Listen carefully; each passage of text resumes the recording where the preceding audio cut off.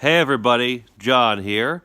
So, getting started with my first of two Christmas review videos.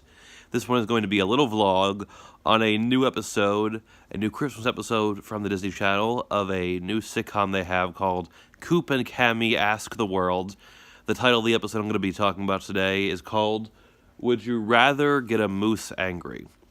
Now, for the third year in a row, I'm doing these Christmas-themed reviews on my YouTube channel as part of Red Ribbon Reviewers. And, we're basically all about spreading awareness for AIDS and HIV during the Christmas season. And I'm going to be giving a shout-out to the Elton John AIDS Foundation, a very reputable AIDS charity. I'm going to be donating to them. I'll put a link where you can donate to them as well. If not, maybe just share it around on social media. Get other people to donate if you can't afford to do so.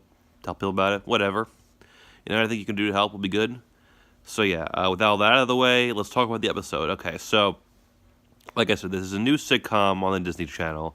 And it's basically, it's another show, I guess, similar to Bizarre Vark about kids doing a web series. Yeah, we've gotten a lot of those. I mean, just two in the past couple of years on the Disney Channel. It started with iCarly. It was a new thing then.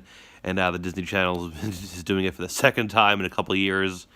Getting a little repetitive. Now, I actually watched every episode of this series to prepare for this video. I watched the first couple when they came out. I was kind of going to stop, and then I'm like, let's just watch the rest on demand. And I'm not liking the show. It's not the worst thing ever. There's been worse shows out there, but it's pretty mediocre, I would say. And I'm going to be talking about some of that stuff here. Now, this episode starts with one of our main characters, Cami, the girl, and she's doing a live stream throughout the halls of school on a selfie stick, or a selfie stick knockoff, before they start their winter break. This actually is one of the few times in the episode they actually mention the web show, which they've done, episodes like that a decent amount in the series. I mean, even, the second episode didn't have a ton to do with the web show. It does come into the plot a little later, which I'll get into, but there's actually not a ton about this. One's more about the family dynamic on Christmas. And this is a pretty basic, cliched, kind of predictable sitcom Christmas episode sort of thing.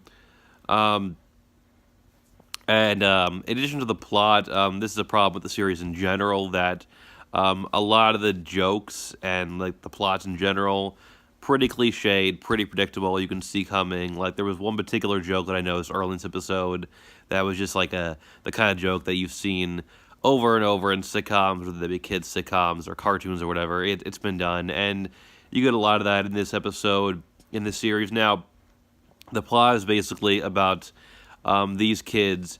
You got Coop, Cami, their older sister Charlotte. They're trying to have a nice family Christmas for their mother. This is the first time they're going to be having Christmas, I believe, since their father passed away, which happened before the series started.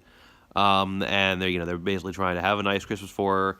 They got some problems, their youngest brother, Coop and Cami, their brother and sister. They have the web series, and their youngest brother, named Ollie, he's just kind of an annoying brat. Actually, a pretty annoying character in general.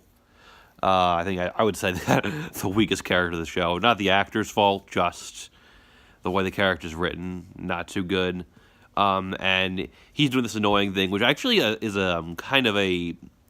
It's a bit into this cliche that I see a lot in Christmas episodes of kids shows or whatever, where the kid kind of seems to enjoy spoiling Christmas for themselves, wanting to see the gifts early. I don't know if this is something that kids ever do in real life, but I never understood this whole concept, even watching it on shows as a kid. Because, why would you want to spoil Christmas for yourself? Isn't part of a big part of the fun of Christmas the surprise? I don't know, but it just doesn't make sense to me. I don't know. I think even as a kid, you should be able to kind of understand that concept. That a big part of the fun of Christmas is being surprised on Christmas Day and Christmas morning. So I don't know why the kid wants to spoil the gifts for himself. He also is spoiling the gifts for his siblings, and it's just whatever. Like I said, he's a kind of annoying kid. He kind of just does things like this, kind of just almost for the sake of being annoying, which, yeah, kids can do, but it's a little much here. And now one of the main characters, Cooper, he tries to basically do this thing that their dad liked to do with them when they were younger. They try to scare the kids into being good on Christmas with this story of this thing called the Krampus Moose, which I guess is sort of meant to be something similar to the whole Krampus myth. Look it up if you don't know about it. But it's like this Christmas-themed monster, a big moose, who will go after kids who don't behave on Christmas. And they try to get the brother to, believe in this. The little brother, Ollie, they try to get him to believe in this so he'll behave and stop, spoiling the gifts and they can have a good Christmas. And it doesn't work at first. Eventually it does. Something that's too big a spoiler. I'm not going to be spoiling the whole episode, I guess, but eventually it does work. I won't exactly say how. Now, there's also, sorry about that, there's also another story here where, the oldest sister, Charlotte, she's trying to decorate the house, and then ends up becoming something that, sort of comes together with the other plot, but there's one aspect of it where, the sister Charlotte ends up trying to get she's trying to, decorate the house really well to help make Christmas better, and she ends up renting a live reindeer for the front lawn. It's like, who does that? Occasionally this show just does these things from a scene where it's like, okay, you kind of got to suspend your disbelief here. This feels a little bit more like a cartoon than a live-action show that's based in reality, and that's what it is usually, but then they throw in these things every once in a while that's like, okay, you're stretching my suspension of disbelief here a little bit. And this is one of those things. There's not, a lot of good comedy here. There's a couple jokes that did genuinely make me laugh, but I would say, I don't know, 90% of the comedy here, it's just, like I said, your very typical kind of predictable type humor. Didn't make me laugh, didn't enjoy it. Just the kind of jokes that you could see coming from a mile away if you've watched a lot of these kinds of shows, which I have. I've been watching these shows for, my whole life, and it's like, I get it. It's not gonna be the kind of thing that I think you're necessarily going to enjoy that much as an adult. If you got kids, it's something they might enjoy, but I don't recommend this show or the episodes to really adults or even kids a little bit older, teens or tweens. I'm not sure if they enjoy it. I don't want to say that totally, but not something I totally recommend. There's also one part of the episode where there's kind of another plot where the main girl, Cami, she's having this competition with this girl at school who, in actually one somewhat interesting development in the story, her rival ends up having to stay over at her house during a blizzard, and she kind of becomes part of their Christmas family, which is a little bit of an interesting way to go with this kind of thing. I kind of liked that. But there's this one scene, or actually there's two scenes, that features the two of them outside in a blizzard competing with each other for, this charity thing they're doing, and the blizzard, the snow, looks totally fake. When it's coming down, it really looks fake. It doesn't look like real snow. It looks at all.